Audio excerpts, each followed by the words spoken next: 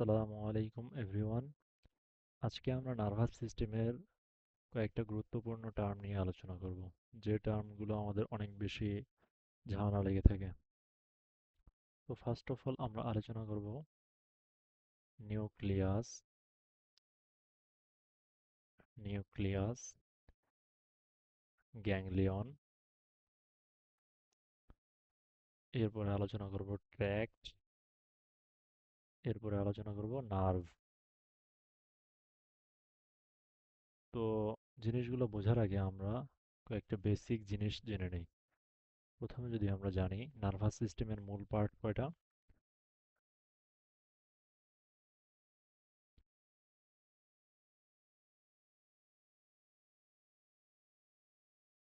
Nervous সিস্টেমের মূল part হলো দুইটা। কয়টা? দুইটা। একটা হলো সেন্ট্রাল নার্ভাস সিস্টেম বা সিএনএস, আর একটা হচ্ছে পেরিফেরাল নার্ভাস সিস্টেম বা পিএনএস। তো সেন্ট্রাল নার্ভাস সিস্টেমের আবার দুইটা কম্পোনেন্ট আছে। দুইটা কম্পোনেন্ট কি কি? একটা হলো ব্রেইন, আর একটা হলো স্পাইনাল কর্ড। Spinal cord. এরপরে যদি আমরা পেরিফেরাল নার্ভাস সিস্টেমে আসি, পেরিফেরাল নার্ভাস সিস্টেমেরও কম্পোনেন্ট কয়টা? দুইটা। একটা হচ্ছে cranial nerve, cranial nerve. Cranial nerve কত জোড়া আছে? 12 পেয়ার্স, 12 জোড়া, 12 পেয়ার্স। আর হচ্ছে spinal nerve, spinal nerve. Spinal nerve কত জোড়া আছে? স্পাইনাল নার্ভ আছে 31 পেয়ার্স। কত? 31 জোড়া।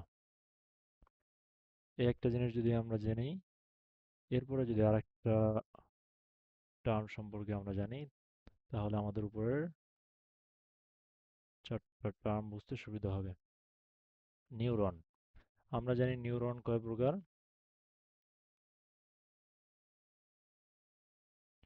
নিউরন, নিউরনের পার্ট আছে কয়টা? দুইটা। একটা হচ্ছে সেল বডি বা কোষ দেহ, আর একটা হচ্ছে নিউরাইট। কি? নিউরাইট। এর বাংলা নাম কি? এর বাংলা নাম হচ্ছে প্রলম্বিত অংশ। তো নিউরাইট আবার দুই প্রকার। কয় প্রকার? দুই প্রকার। নিউরাইট কয় প্রকার? দুই প্রকার। নিউরাইট বা প্রলম্বিত অংশ, একটা হচ্ছে ডেনড্রাইট, ডেনড্রাইট, আর একটা হচ্ছে এক্সন। সেল বডির সাথে লম্বা যে প্রলম্বিত অংশটা থাকে সেটা হচ্ছে এক্সন, আর সেল বডির চারপাশে যে ছোট ছোট প্রলম্বিত অংশগুলো থাকে সেগুলোকে আমরা কি বলবো? ডেনড্রাইট বলবো। তো এগুলো যদি আমরা বুঝতে পারি তাহলে হচ্ছে আমাদের মূল টপিকে ফিরে আসা যাক। মূল টপিকগুলো প্রথমে কি ছিল? নিউক্লিয়াস। নার্ভাস সিস্টেমের নিউক্লিয়াস মানে কিন্তু কোষের কেন্দ্র না। নার্ভাস সিস্টেমের নিউক্লিয়াস মানে হচ্ছে, নার্ভাস সিস্টেমের নিউক্লিয়াস মানে কি? কালেকশন অফ,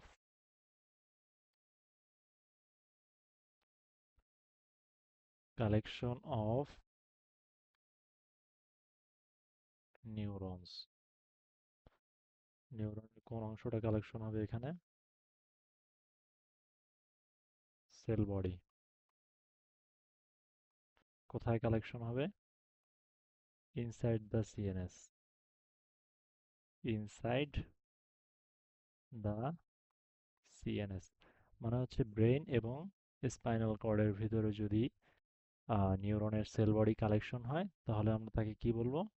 তাহলে আমরা তাকে নিউক্লিয়াস বলবো। ঠিক আছে? এরপরে যদি আমরা সেকেন্ড টার্মটায় আসি, সেকেন্ড টার্মটা আমাদের কি ছিল? গ্যাংলিয়ন। কি ছিল?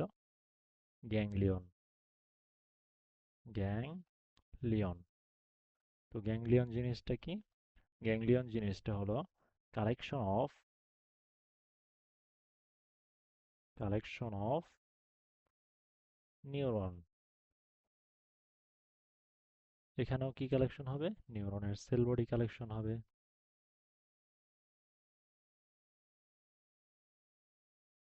কোথায় কালেকশন হবে?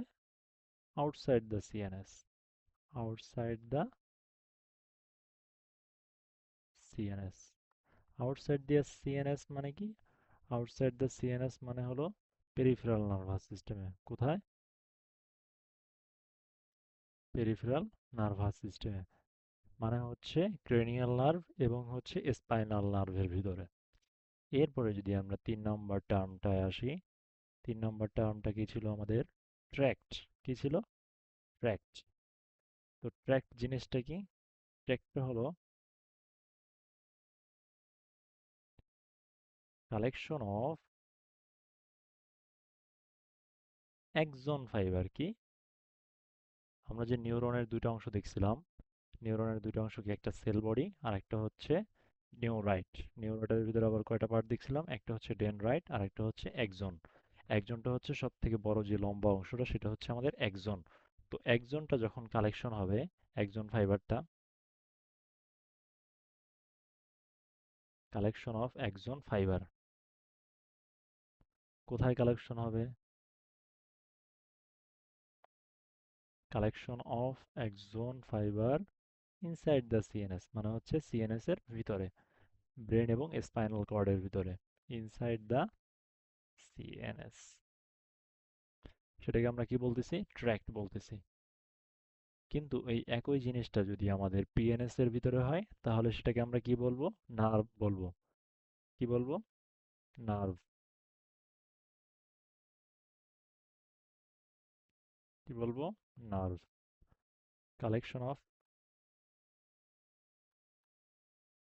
Collection of axon fiber outside the CNS, outside the CNS, outside the CNS মানে কি? আউটসাইড দ্য সিএনএস মানে হচ্ছে পেরিফেরাল নার্ভাস সিস্টেমে।